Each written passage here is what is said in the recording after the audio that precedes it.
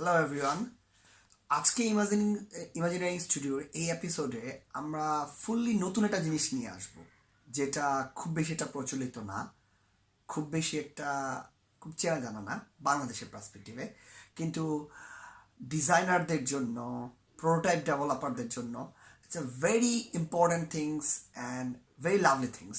সেটা হচ্ছে 3D printer. আমার ঠিক বাম পাশে আপনারা যেই প্রিন্টার যা দেখছেন সেটাকে বলে 3D প্রিন্টার।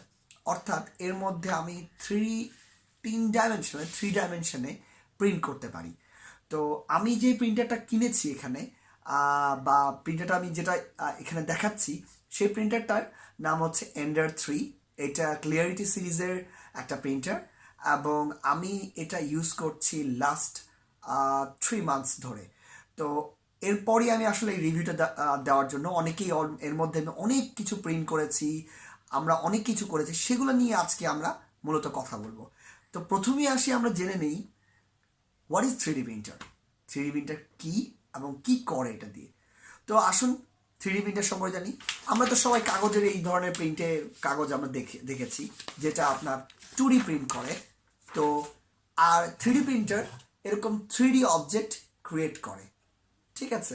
তো এখন আসেন 3D প্রিন্টার কীভাবে কাজ করে। 3D প্রিন্টার কাজ করে 2D প্রিন্টারের মতোই।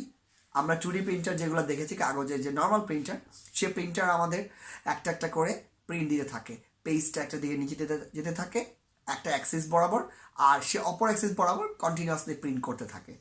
3D প্রিন্টারের সাথে আমার জেড অ্যাক্সিস কানেক্টেড।